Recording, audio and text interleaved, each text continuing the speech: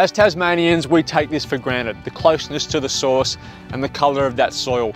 We all grew up with it and we all know it really well. But the rest of Australia and other countries don't know what it's like to count your food miles in metres, not kilometres. And that is what's going to bring them here. The Living City will give the people who live in this area and the people from all over the world access to that produce. I consider the produce that is grown along this coastline to be as good as it gets anywhere in the world. It's just hard to get your hands on. Well, not anymore.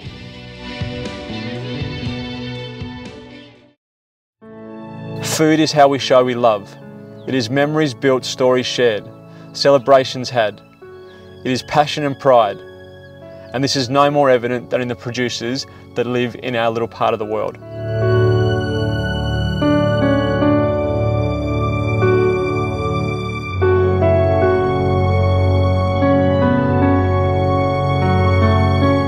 Current tourism numbers of 1.15 million to Tasmania are growing and expected to grow to 1.5 by 2020.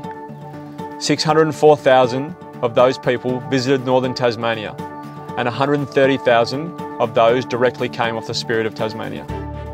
Imagine you're one of the 130,000 people who come to visit Tasmania and get off the Spirit. You've got to imagine that most of them who are coming here have heard of the produce, have heard of the whiskey, have heard of the beer, have heard of the wine that Tasmania is so famous for. So as soon as they get off that boat, they're gagging to get their hands on it. Now once we build this, we will be able to promote it through those channels to make sure they know when they come off that boat, they turn right, they come in, and they can access all the things they've heard so much about as soon as they arrive in this state.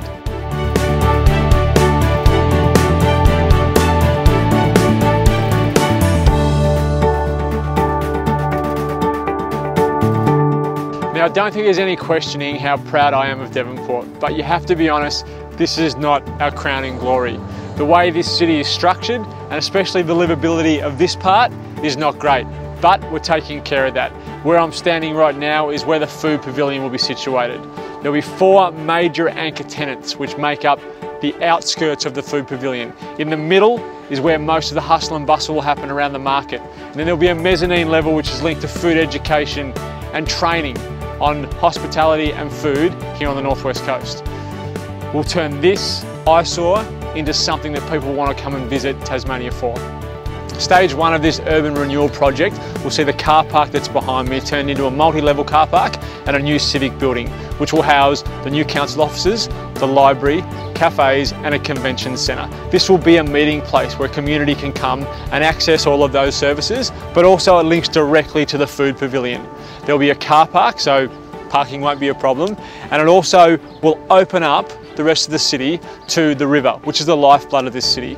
Now, you have to think about the jobs that this will create. You also have to think about how many times have you used this car park in the past. I've probably used it twice during Christmas when the city is busy. So we're going to lose a car park that is hardly ever utilised and put in a place where people can come and access services and meet. There'll be tourism offices here. So tourists, when they arrive off the boat, can come over, they can set up their cradle to coast tasting experience here. This will be their first port of call to get information about local farm gates. But then again, the farms will be brought into this place. The food pavilion, which will be just there, will give people access to be able to come across and enjoy the services that are in the Civic Centre. The idea of this whole living city is making Devonport more livable.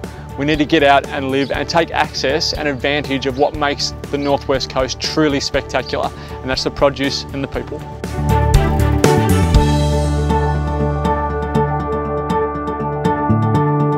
When we build the living city and connect its beating heart to that closeness to the source that we have taken for granted for so many years, they will come in their droves to experience what we've always had.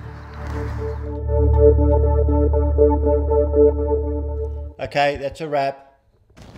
I love the Northwest Coast.